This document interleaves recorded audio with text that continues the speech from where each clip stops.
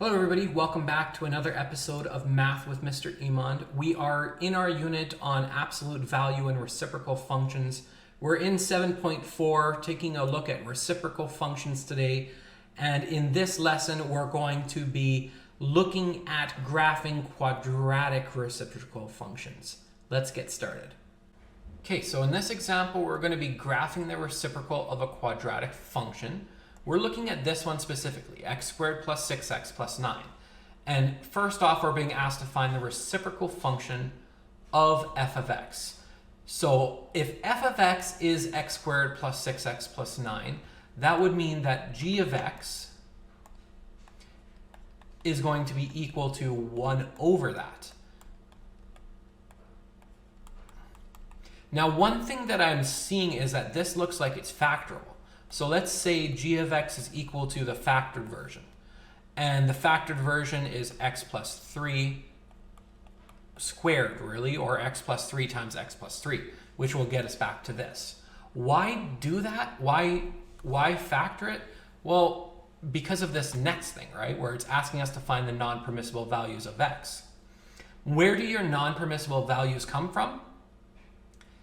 These, right? Each of these parentheses cannot be equal to 0. So x plus 3 cannot equal 0, which means x cannot equal negative 3. And our non-permissible values are our vertical asymptotes. So we have a vertical asymptote at x equals negative 3. And we can go ahead and draw that in here. So let's make a line at x equals negative 3.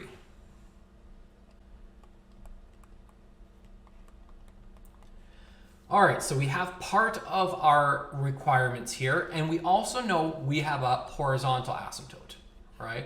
So let's go ahead and draw that in. That's going to be here at y equals 0. So we have a horizontal asymptote at y equals 0. So there's our two asymptotes. Now, what I think we should probably do is graph our f of x. So let's go ahead and do that.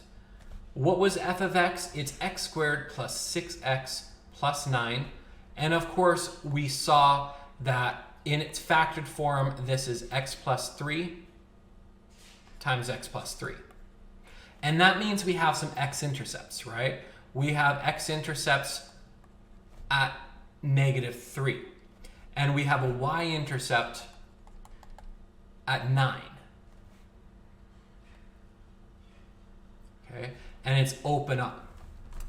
So we have an x-intercept at negative 3, and we have a y-intercept at 9. So we can mirror this point 3 to the left at 9. And we might want to come up with another point here. This is a normal quadratic, right? So we're going to have 1 and 1, 2 and 4, 3 and 9. And there we go. Okay, let's graph this.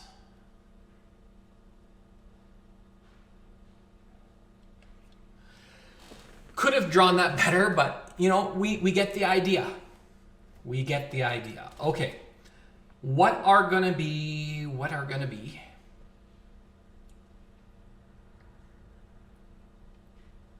Okay. What are the x-intercepts and y-intercepts of the reciprocal function? Now, this is where it's going to get kind of interesting. If we have a horizontal asymptote at y equals 0, can we have x-intercepts? No. So there's no x-intercepts. What are our y-intercepts? Well, our y-intercept before was 9. So what's the reciprocal of 9? It's 1/9. So it's going to be like there. So our y-intercept will be 1/9, right? That's where we're going to be crossing our y-axis. Now we're going to graph its reciprocal function. So here we're going to have some similarities, right? On our original graph, when y was equal to 1, that's going to be, and I kind of missed the point there, but these are going to be invariant points, okay? And we can already see from this angle, this y-intercept, we're going to be approaching 0 here, which means we're going to have to be approaching infinity up here.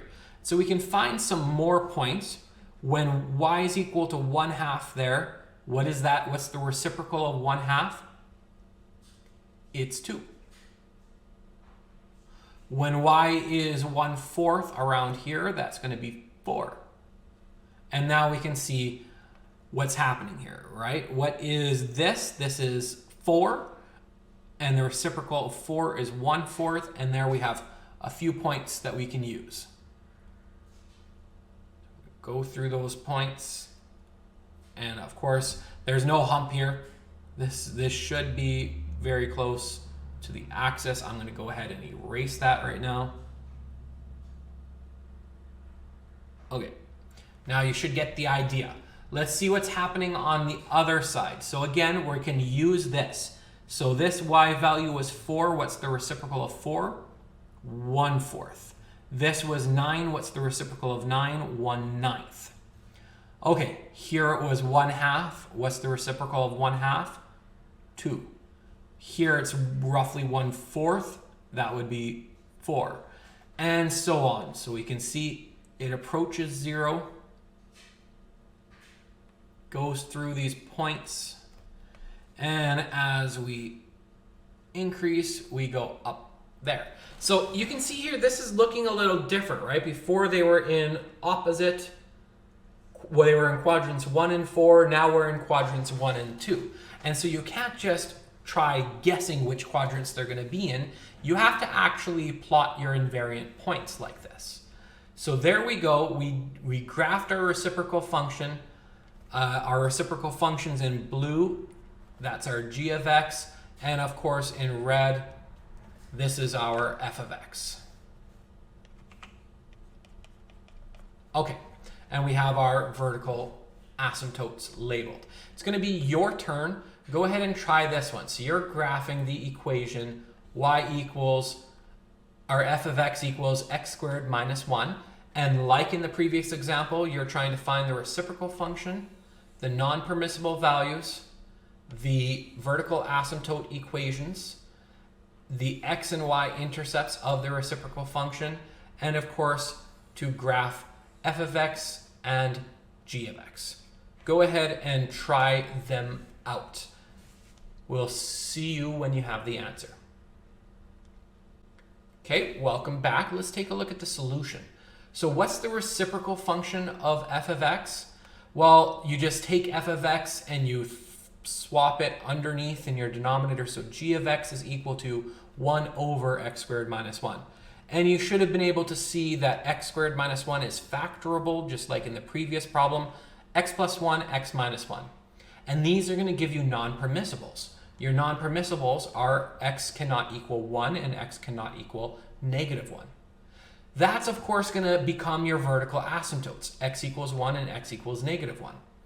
And you probably would have gone and drawn them, right? So here's your vertical asymptote at x equals -1 in green, and your vertical asymptote at x equals 1 in green.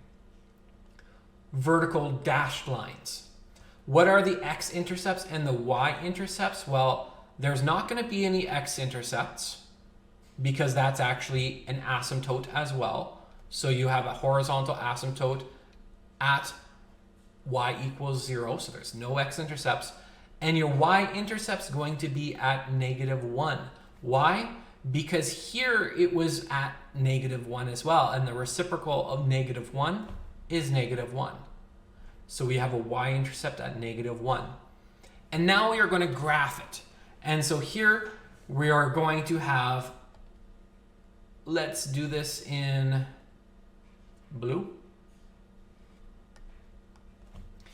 Here you're going to have your invariant points. Okay. There's your invariant points. Your invariant points happen anywhere where your original function had a y value of 1 or -1. So here it had a y value of 1, y value of 1, and then in the middle here was a y value of -1. Those become invariant points. Now we have to see what happens, right? As y approaches to this side of the asymptote, it becomes a fraction here on your f of x, which means you're going to be increasing in value. On this side of it, your f of x is going to be large numbers, which means the reciprocal of large numbers is going to be very small numbers, fractions. So we have that section. Likewise here, as we approach from our invariant point to our vertical asymptote, these are fractions, which means we're going to get large numbers because the reciprocal of fractions are very large numbers. And here we have very large numbers, and the reciprocal of large numbers are going to be fractions. So looking like that. Now we have this middle section. Hopefully you caught that on your graph. There's something going on in the middle, right? This is our invariant point. These are fractions, which means they're going to get very large as we get towards our asymptotes. And there you go. There is your graph.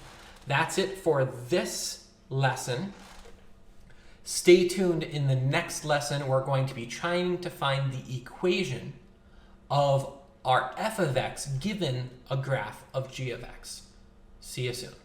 Thanks for watching, everybody. You can like, follow, and subscribe to my social medias to get notifications as soon as new content is uploaded. In the top corner here, you will find the playlist that this video is in. Watch the unit from beginning to end, and over here, you will find the next video in this unit. Keep learning, everybody. Take care.